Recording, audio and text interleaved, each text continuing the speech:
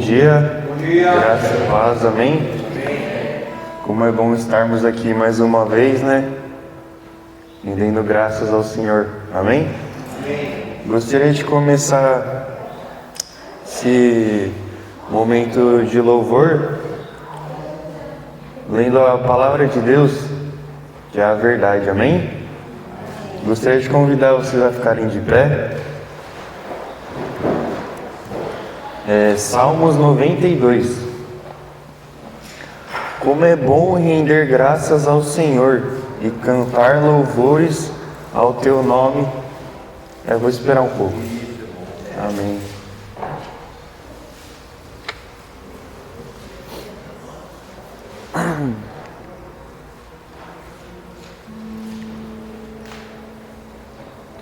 Vamos ler então. Como é bom render graças ao Senhor e cantar louvores ao teu nome, ó Altíssimo. Anunciar de manhã o teu amor leal e de noite a tua fidelidade. Ao som da lira de 10 cordas e da cítara e da melodia da harpa. Tu me alegras, Senhor, com os teus feitos. As tuas obras das tuas mãos levam-me a cantar de alegria. Como são grandes as tuas obras, Senhor, como são profundos os teus propósitos. Amém? Gostaria de convidar vocês a começar essa manhã rendendo graças ao Senhor. Que a gente possa estar se colocando na presença de Deus e colocando nossos motivos de gratidão. Amém? E eu queria convidar vocês a cada um fazer sua oração, porque eu creio que cada um tem um motivo diferente aqui para agradecer a Deus. E que a gente possa estar tirando esse tempo de oração e gratidão, amém?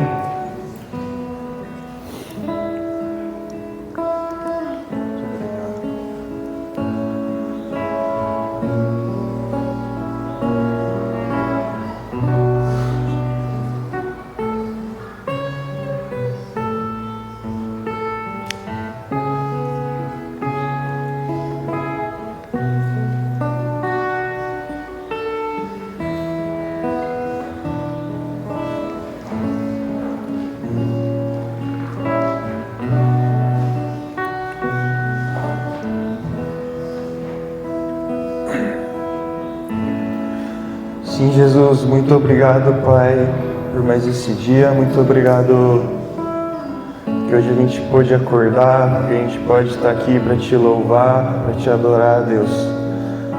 Muito obrigado, Pai, pelo Teu cuidado. Muito obrigado pela Tua proteção, pela Tua provisão, Deus. Em nome de Jesus, Pai, nos ensine a ser gratos, Pai. Enche o nosso coração, Pai, de gratidão, Pai. Que a gente possa estar transbordando isso em nossos corações, Deus. Nesse momento de louvor, de adoração, que nós também possamos estar levantando, Pai, um altar de gratidão para Ti, Deus. Em nome de Jesus, Deus. Muito obrigado porque o Senhor é um bom Pai, Deus. O Senhor não nos abandona, o Senhor está sempre conosco, Pai. Muito obrigado. Em nome de Jesus, amém.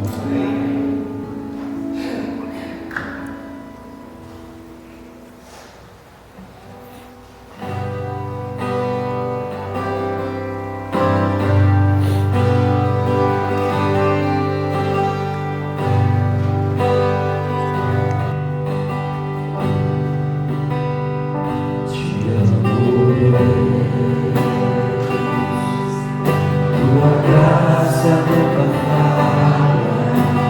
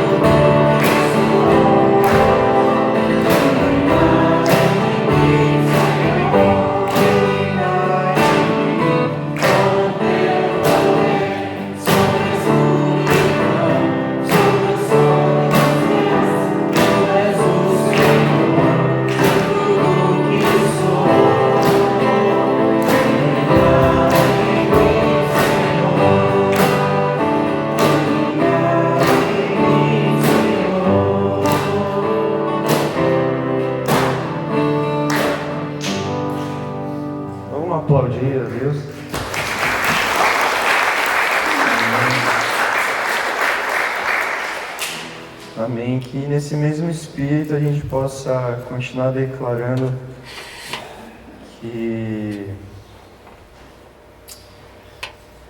Deus é santo, Deus é poderoso, que Ele é o Senhor, Rei dos Reis. Amém?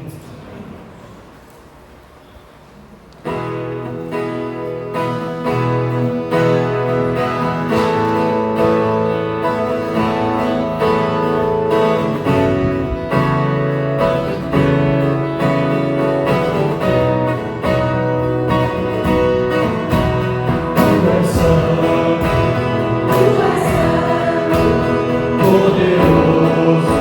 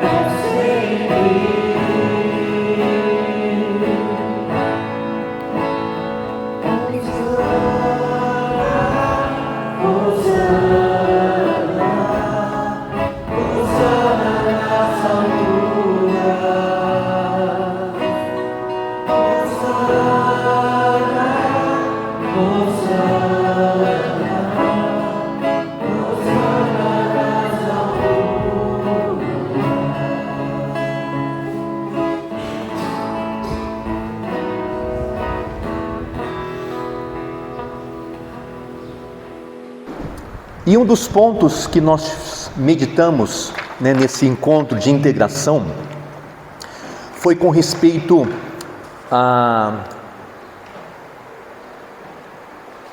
nossa profissão de fé, tá?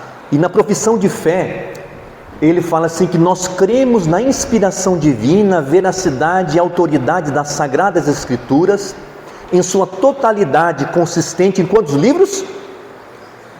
66 livros, que são do Antigo Testamento e do Novo Testamento, como a única palavra de Deus escrita e a única regra infalível de fé e prática. E continua: aceitamos e confessamos a doutrina cristã expressa no credo apostólico e demais credos e confissões fundamentais. Se nós cremos, né, nos 66 livros da palavra de Deus, nesta manhã também nós queremos olhar um pouco no livro do Velho Testamento, particularmente no livro de Provérbios. O que vem à sua cabeça quando fala em Salmos, quando se fala em Provérbios? Quando fala em Provérbios, com certeza vem à sua mente Salomão, que foi o autor. Se você fala Salomão, você então conecta logo com uma vida desregrada, uma vida desleixada, é um ignorante, é um neófito, sim? Não, Salomão foi um homem, um rei, um líder muito sábio. E quantos de nós não precisamos ter uma vida em sabedoria? E no que consiste essa sabedoria? E todo livro da Bíblia, né, assim diz os teólogos, existe uma palavra-chave, um versículo-chave. E no livro de Provérbios, o versículo-chave é esse. Vamos ler todo mundo junto? O temor do Senhor é o princípio do conhecimento, mas os tolos desprezam a sabedoria e a disciplina. Provérbios 1:7. O livro de Provérbios, então, gira em torno dessa chave.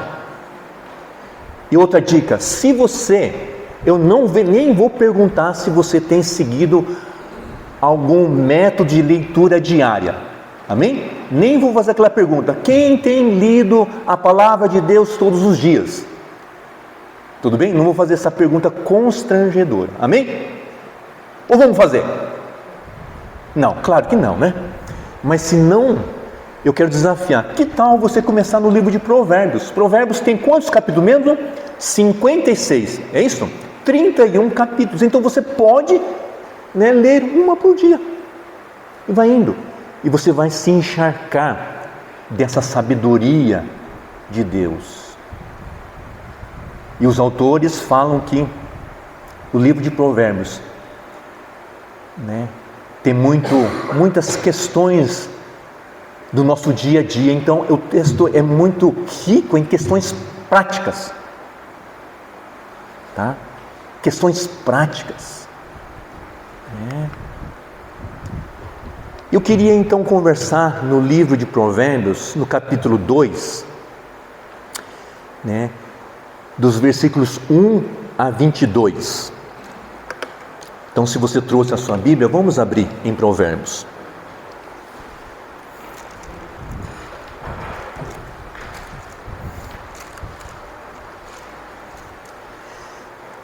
Então seria o capítulo todo, né, de Provérbios 2, né, de 1 a 22.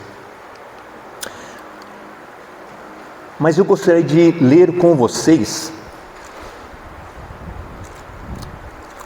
a partir do versículos 10, tá? E em diante, de 10 a 21. Todos conseguiram abrir? Provérbios 2, 10 a 21. Na minha versão está assim: porquanto a sabedoria entrará no teu coração, e o conhecimento será agradável à tua alma. O bom siso, isto é, o bom senso, a prudência te guardará, e a inteligência te conservará, para te livrar do caminho do mal e do homem que diz coisas perversas, dos que deixam as verdades da retidão para andarem pelos caminhos das trevas, que se levantam, que se alegram, de fazer o mal, folgam com as perversidades dos maus, seguem veredas tortuosas e se desviam dos seus maus caminhos, para te livrar da mulher adúltera, da estrangeira que lisonjeia com palavras, a qual deixa o amigo da sua mocidade e se esquece da aliança do seu Deus, porque a sua casa se inclina para a morte e as suas veredas para o reino das sombras da morte. Todos os que se dirigem a esta mulher não voltarão e não atinarão com as veredas da vida. Versículo 20: assim andarás pelo caminho dos homens de bem e guardará as veredas dos justos, porque os retos habitarão a terra e os íntegros permanecerão nela. Amém?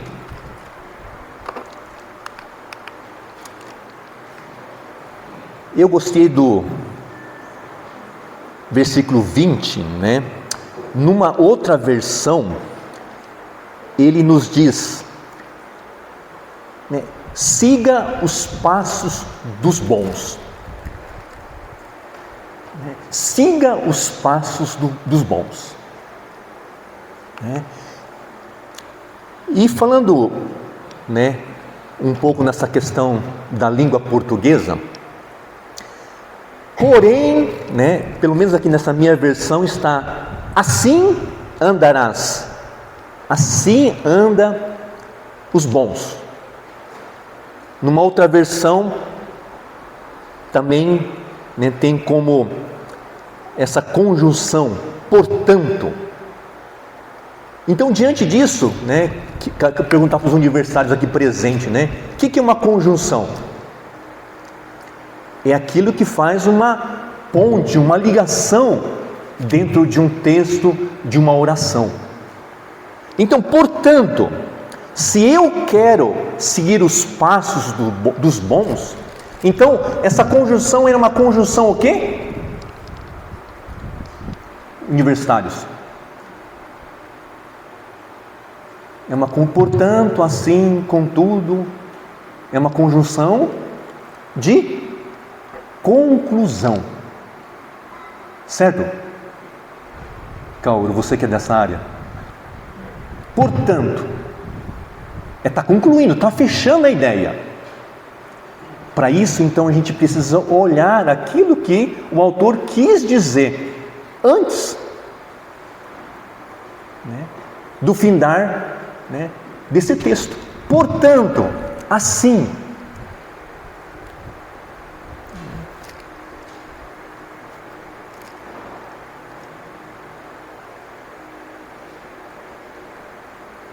Acho que foi nessa segunda-feira que a seleção brasileira feminina foi desclassificada, É isso, Quem está acompanhando? Quarta-feira.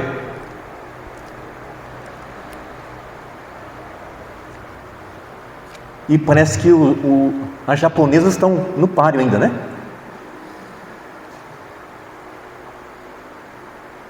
Aí você pode falar, A nossa seleção brasileira jogou um futebol arte. Tudo bem? A seleção brasileira jogou um futebol arte. Porém, todavia, contudo, voltaram para casa mais cedo. Quando o texto nos diz: siga os passos do bom, no que consiste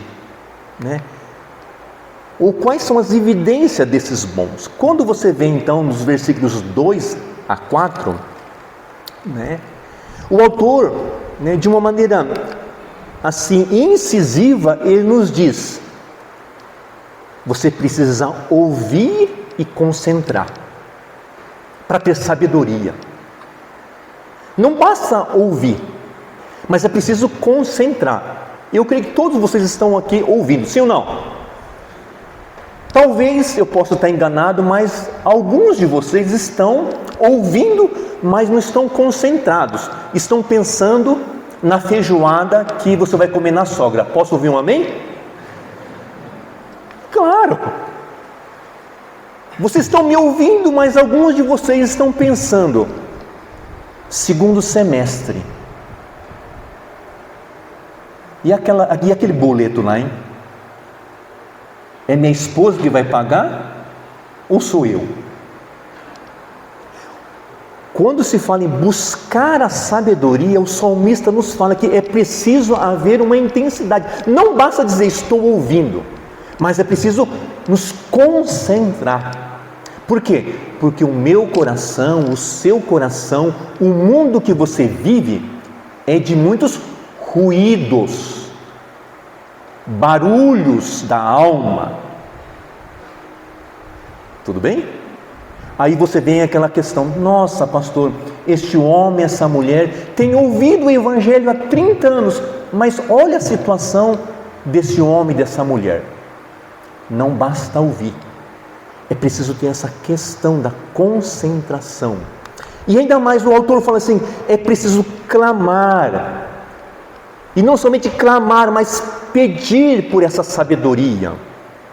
Vocês estão entendendo, né, a seriedade dessa questão de buscar essa sabedoria do alto?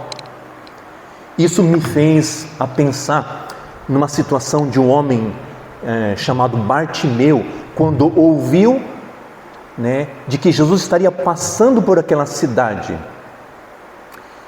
E esse homem Bartimeu então começou a sussurrar: Jesus, filho de Davi, tem misericórdia de mim?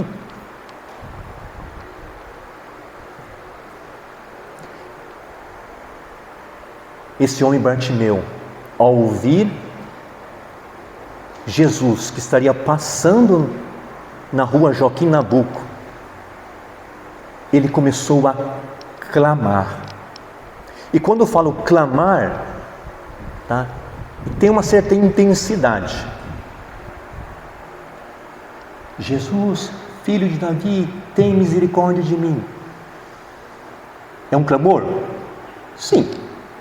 Mas olhando para o contexto que esse homem estava uma multidão, pessoas. E o texto nos fala assim, que ele clamando e a multidão sendo contra, falando assim: psiu, psiu. Bartimeu continuou a clamar: filho de Davi, tem misericórdia de mim.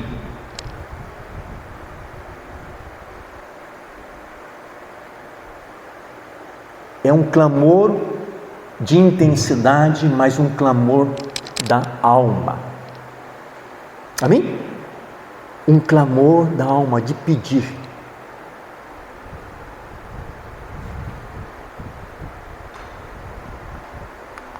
E o autor termina dizendo: é preciso buscar e procurar.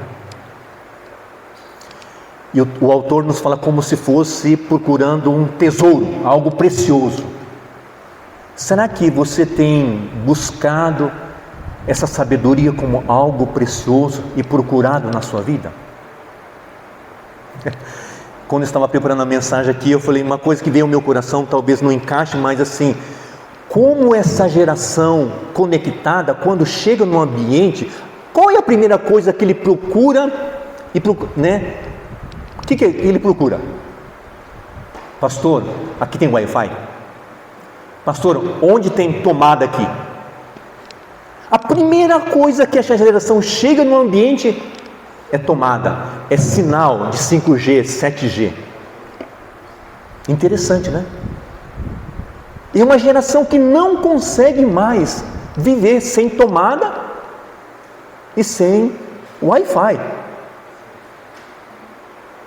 Aí eu fiquei, Senhor, puxa, é uma comparação meia pobre, né? Mas eu fiquei pensando, nossa, como seria joia, né? Cada um de nós, ao irmos no ambiente, ou vivermos a fé cristã nessa intensidade, presença de Deus. Eu tenho fome e sede do Senhor. Eu tenho fome e presença do Senhor. Onde tem um sinal, onde eu posso me conectar com o Senhor. Senhor, eu quero conexão com o Senhor. Eu tenho fome e sede do Senhor. Eu tenho fome e sede do Senhor. Onde que eu posso me conectar com o Senhor? Cadê o sinal, Senhor? Cadê a palavra? Quando se fala em sabedoria, então Provérbios está nos desafiando. Então é preciso nós termos essa questão da audição, da concentração, clamar, pedir, buscar, procurar. Não precisam ler, mas em Marcos 12, 29 a 30, né? A gente percebe essa questão da intensidade, como quando as pessoas perguntam, Jesus, qual que é o maior mandamento? Eu vou resumir em 2 pilares o mandamento. É amar a Deus. Mas, queridos, quando você vê o texto, fala que o amar a Deus tem a sua intensidade, amém? Com toda a sua força, com toda a sua alma, com todo o seu entendimento. Buscar a Deus, amar a Deus, eu amo a Deus, amém? Joia. Mas está tendo intensidade, está tendo fervor, está tendo fé. Eu amo a Deus, mas com intensidade. Eu tenho sede do Senhor, eu tenho fome do Senhor, fogo da tua presença. Eu preciso do Senhor, mas é preciso ter intensidade. E essa intensidade, com certeza, é nos nossos devocionais, amém? É no nosso quarto secreto, é no dia a dia. Eu entendo que a sabedoria de Deus é um antivírus poderoso para aniquilar as concupiscências, as inclinações, cobiças, desejos, vontades que eu e você estamos diariamente, né, nesse mundo sendo tentados em várias áreas. E como é importante esse movimento, né? Quando você busca a sabedoria de Deus, quando você busca essa sabedoria de Deus, então a gente tem essa graça e a bênção de conhecer qual a boa, perfeita, agradável vontade de Deus nas nossas vidas, amém? Você busca a sabedoria, então Ele se revela a cada um de nós. 1 João 2, 16, 17, porque tudo o que há no mundo, a concupiscência da carne, dos olhos e a soberba da vida não vem do Pai, mas sim do mundo. Ora, o mundo passa e a sua concupiscência, né? Mas aquele que faz a vontade de Deus permanece o quê? Para sempre. Queridos, vamos buscar essa sabedoria de Deus. Você buscando a sabedoria de Deus, você então Deus vai se revelar em você a vontade de Deus para cada área da sua vida. Eu queria listar 2 pontos aqui. Quais são as evidências dos bons? Então, buscam com intensidade a sabedoria do alto, amém? Segundo, a sabedoria nos livra de 2 concupiscências que o texto que Provérbios nos diz nesta manhã: do homem que diz coisas perversas. A sabedoria nos livra da concupiscência ou de um sistema onde os homens são perversos. E aí eu coloquei conversa venenosa. Eu achei muito interessante, mas em um português muito claro. Está na Bíblia a mensagem. Tá? Então, quando você tem sabedoria, você vai ter o antivírus para você ser um homem que não vai trilhar, né, essa postura e atitude, uma mentalidade de um homem perverso e que a conversa é marcado por veneno. Você já foi envenenado por alguma conversa?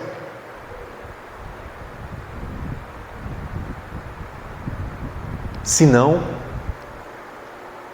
mas tem muita gente no mundo de hoje sendo envenenado por conversas perversas.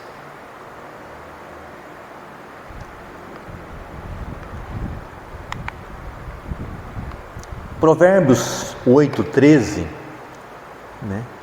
O autor então ele fala, né? Que tipo de veneno esse? É o veneno do orgulho, da arrogância, da corrupção, né? Do falar marcado por esse veneno. E nós precisamos fugir de toda a aparência desse mal, desse sistema.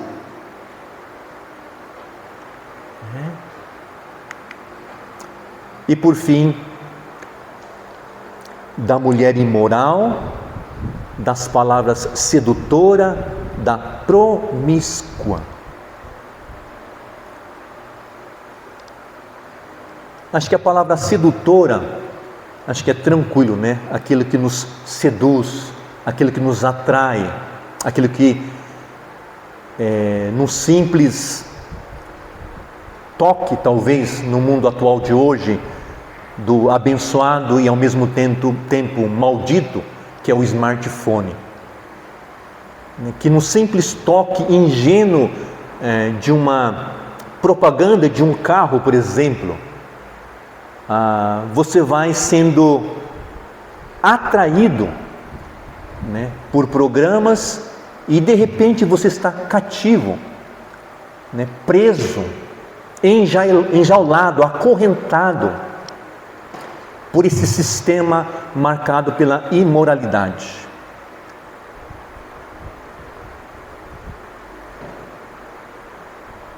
Sedução. E aquilo que é marcado por promiscuidade. É aquilo que é misturado, confuso, indefinido. Você percebe quando dentro de um casamento o homem e a mulher foi seduzido e a promiscuidade se instala na alma e no coração de um ser humano, e particularmente de um relacionamento de namoro, noivado e casamento, você percebe que o ambiente é marcado por uma certa confusão. Por quê? Porque essa questão da promiscuidade é uma mistura, né? Não é algo definido. A relação deixou de ser única, já existe outro elemento nessa relação.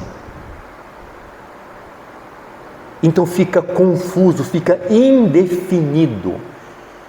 E aí, aquela expressão, seja do homem ou da mulher: você não me ama mais?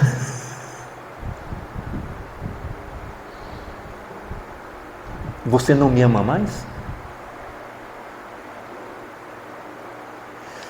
Vocês sabem que eu sou da área da pesca, né? Eu já fiz essa ilustração, acho que o ano passado.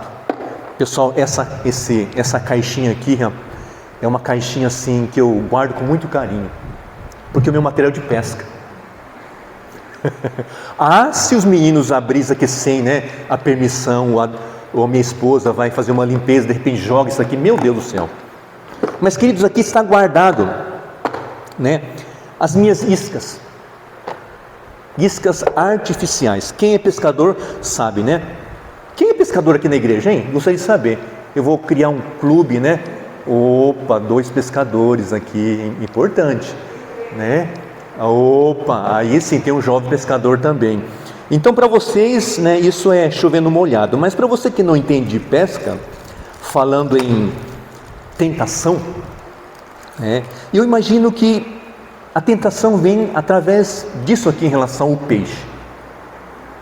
Isso aqui dizem que é muito bom, chama, quem sabe, chama Xuxa. Não Xuxa daquele, né? Tá? Xuxa. Então tem um peso aqui na ponta. E o cara que me vendeu, e eu acreditei, falou que diz que essa é a matadeira. Isso é um termo também que os pescadores, né? Você vai lá assim no rio, qual que é a isca que é a matadeira? Isso é o que jogou, pega. Entende? Então essa é a Xuxa. Isso aqui a gente pega tucunaré. Tem um chumbo, a gente lança e vai. E faz esse movimento aqui, ó. Ficaram encantados também com esse movimento? Peixe fica, tá? Mas pastor, puxa, tão bonitinho, né? Tem colorido e tal. Mas aqui dentro eu até tampei, né? Porque de repente uma criança, né, vai querer pegar, né? Tal. Mas aqui dentro nós temos o quê? Um anzol. Ah, pastor, eu pensei que o peixe vinha aqui, mordesse aqui nessas penas aqui. Não, atrás dessa pena aqui eu tenho um anzol. Esse para um tipo de peixe.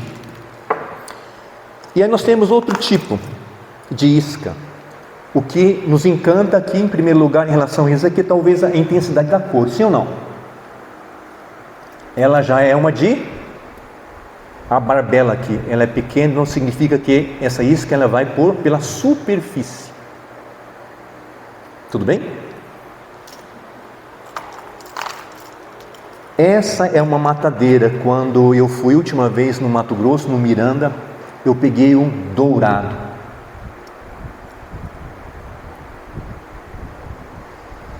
Pescador, se você quer ter sucesso na sua pesca, use, né, uma isca com essa cor, não sei porquê, com a cabeça vermelha assim, ó.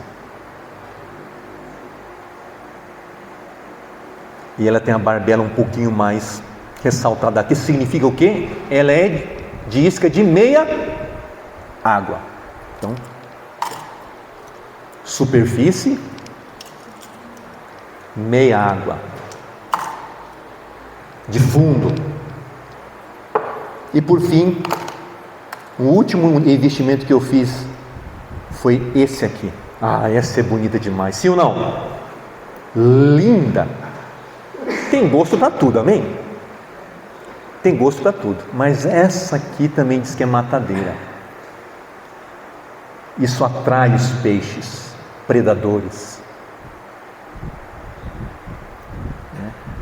E quando ele vai sendo arrastado, lançado, além, né, dessas cores aqui, isso aqui é algo cintilante, ele vai girando. Isso é muita atração, isso é atrativo demais.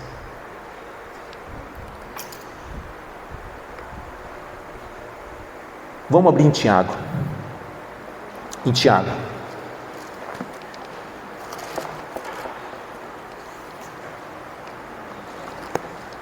Em Tiago 1, 13. Tiago 1, 13.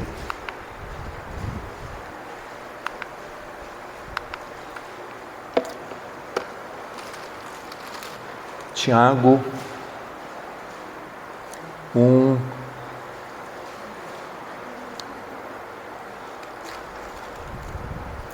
13 a 15. Na minha versão está assim: ninguém ao ser tentado diga, sou tentado por Deus, porque Deus não pode ser tentado pelo mal, e Ele mesmo a ninguém tenta. Ao contrário, cada um é tentado pela sua própria cobiça, quando esta o atrai e seduz. Então a cobiça, depois de haver concebido, dá luz ao pecado, e o pecado, uma vez consumado, gera a morte.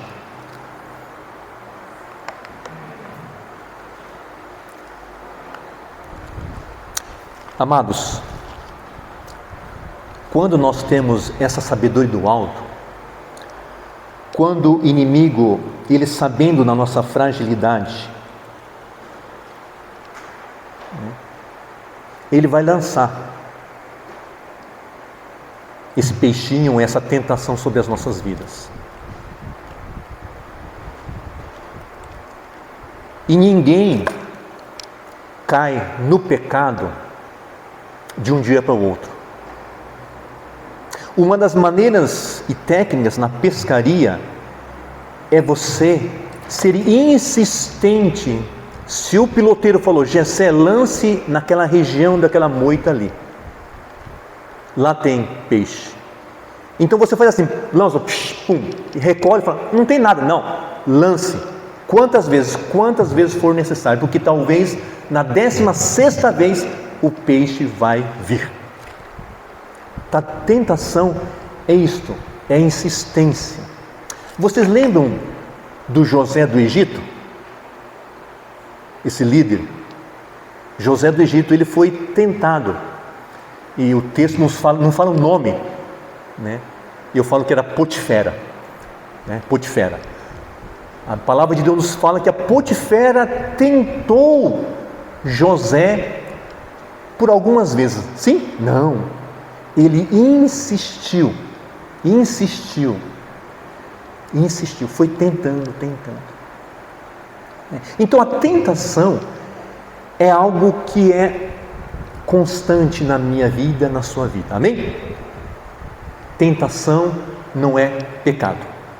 O homem e a mulher que falar assim, pastor, eu não tenho tentação em nenhuma área. Não, eu e você sim, somos tentados em várias áreas da nossa vida. E nesse texto que nós lemos, a gente percebe então as fases da tentação. Cada um é tentado pela sua própria cobiça. Cobiçar é se apossar daquilo que não te pertence, seja bens materiais, né? Seja a esposa do outro, a pessoa, né? Tomar posse daquilo que não me pertence.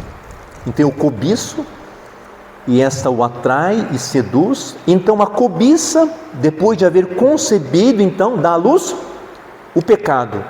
E o pecado, uma vez concebido, gera a morte. É um processo, né, na vida de um ser humano, na vida, né, do homem e da mulher. E nessa manhã fica esse desafio. Como filhos de Deus, vamos buscar mais e mais a sabedoria do alto, amém?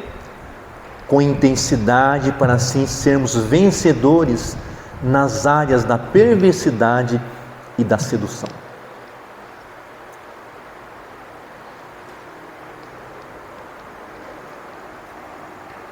Buscar a santidade, sem a qual ninguém verá o Senhor.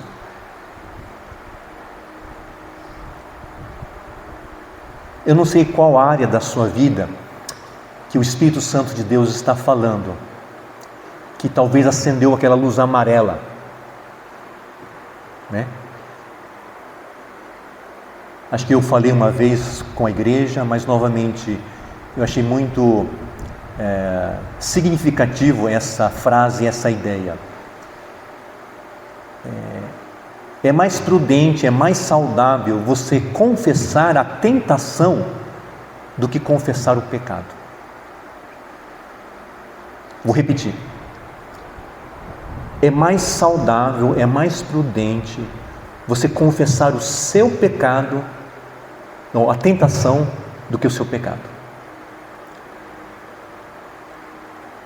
Que Deus conceda mecanismos espirituais e mecanismos do dia a dia, de relacionamento, para que você possa se blindar deste mundo perverso e sedutor. Amém? Vamos blindar a nossa mente, o nosso coração.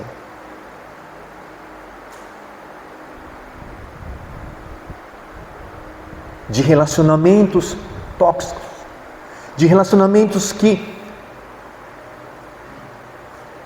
não são do coração do Senhor.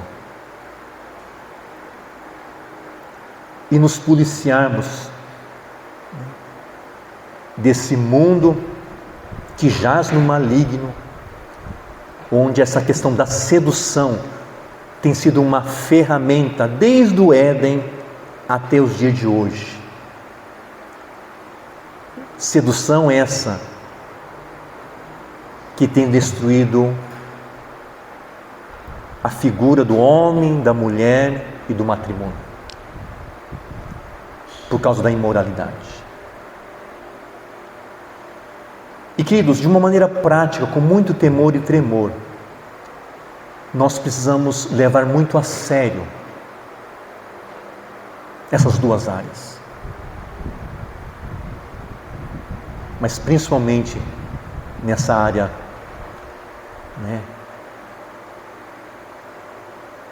da concupiscência dos olhos.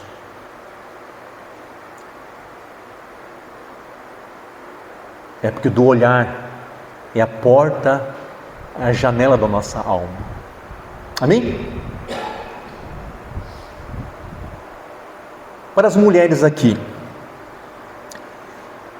você tem um smartphone? Sim. Tem senha? Sim. O seu marido sabe da sua senha?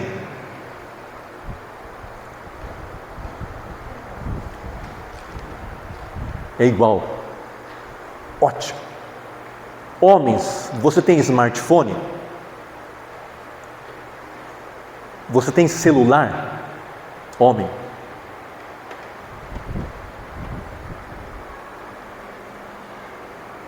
No seu celular tem senha? É importante. Você compartilha essa senha com o pastor? Privado, pastor. Porque hoje em dia o celular está recheado de conteúdos, de tudo mais, não é verdade? Mas essa senha, você compartilha com a sua esposa? Pensa. Se você não compartilha essa senha, seja o homem, seja a mulher, com seu cônjuge, pensa. Porque se você não compartilha, porque já acendeu um sinal amarelo. Faz sentido?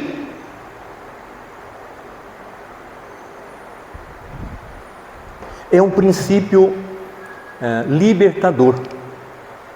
Para sermos libertos, nós precisamos então trabalhar em pontos não cegos, mas pontos claros da nossa vida, amém? Então que tal, de uma maneira prática, diante dessa tecnologia que estamos vivendo, que é o celular, que é uma bênção, mas que pode se tornar uma prisão para essa geração de jovens, para essa geração de adultos. Então eu gostaria que, com muito temor e tremor, se nós como igreja queremos viver uma igreja de graça em verdade, e conhecendo essa verdade, então essa verdade vai nos libertar de relacionamentos de perversidade e de vozes e palavras de mundo decaído pela concupiscência dos olhos.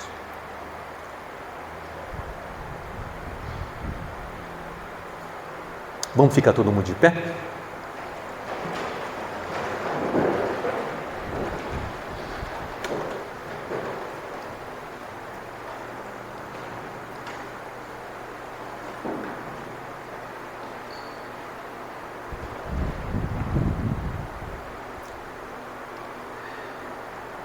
Que a igreja pudesse orar nesse momento,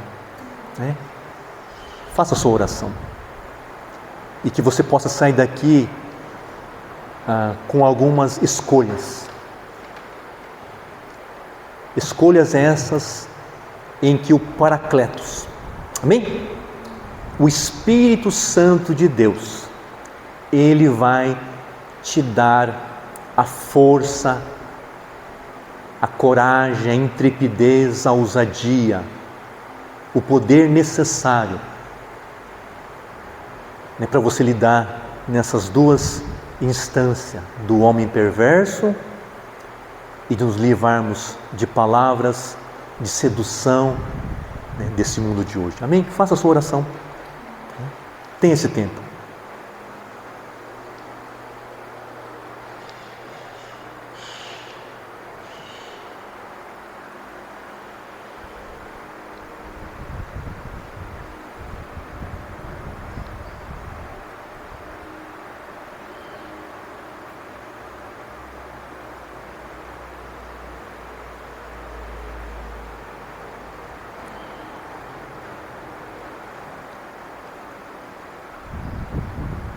Espírito Santo de Deus, muito obrigado pela Tua presença no meio da Tua igreja nesta manhã.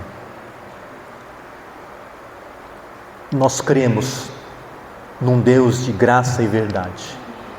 E essa verdade vem de encontro a realidades do meu coração que muitas vezes nós não queremos ser tocados nesta área.